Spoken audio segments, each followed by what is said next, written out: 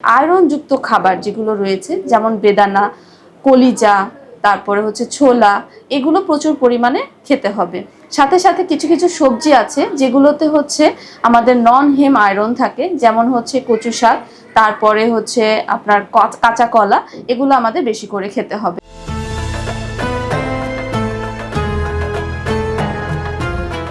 রোজা এবং হচ্ছে ঋতু পরিবর্তন, এই দুটো কারণে এখন আমরা কম বেশি সবাই চুল পড়া সমস্যায় ভুগছি। কারো কারো হেয়ার ফল মাত্রা অতিরিক্ত হারে বেড়ে যাচ্ছে।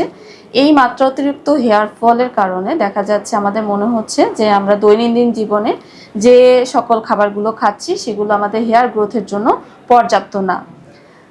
প্রথম হেয়ার ফলের কারণগুলো একটু আমরা জেনে নিই। 1 নাম্বার কারণ হচ্ছে আমরা সঠিক সময়ে সঠিক পুষ্টিকর খাবার না নেওয়ার কারণে কিন্তু আমাদের চুল পড়ে।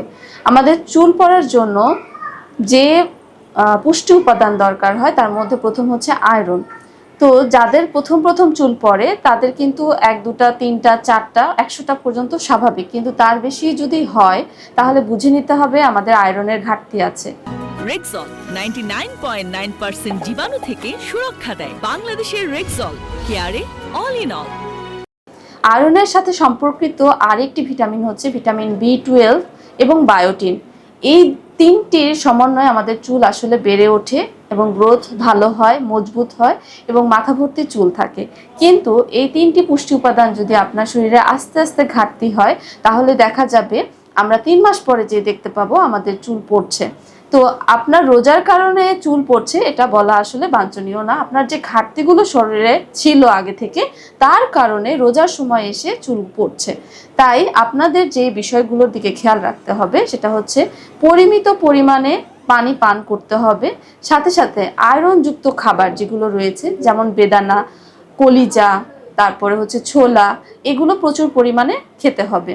সাথে সাথে কিছু কিছু সবজি আছে যেগুলোতে হচ্ছে আমাদের নন হেম আয়রন থাকে, যেমন হচ্ছে কচু শাক, তারপরে হচ্ছে আপনার কাঁচা কলা, এগুলো আমাদের বেশি করে খেতে হবে।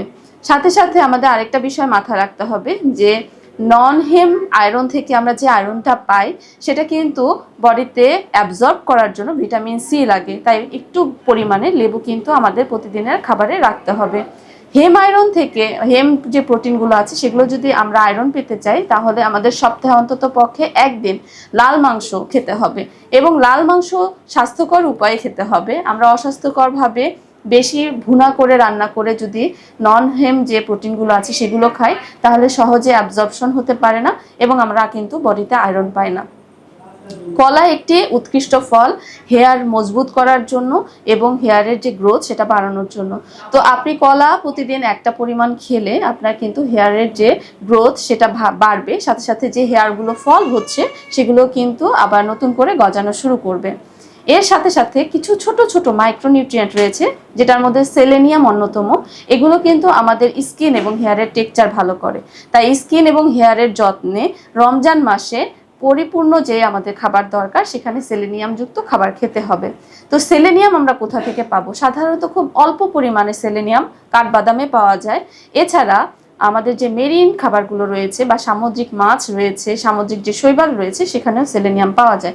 তাই সপ্তাহে 1 থেকে 2 দিন আমরা কিন্তু সেলেনিয়াম খেতে পারি। আমরা সেটা পেতে পারি কিন্তু সামুদ্রিক মাছ থেকে। এভাবে যদি আমরা খেতে থাকি তাহলে দেখা যাবে রোজার মাসে আমাদের যে হেয়ার ফলটা অতিরিক্ত বেড়ে যায় সেটা কমে আসবে এবং আমরা স্বাস্থ্যকর সুন্দর চুল পাবো।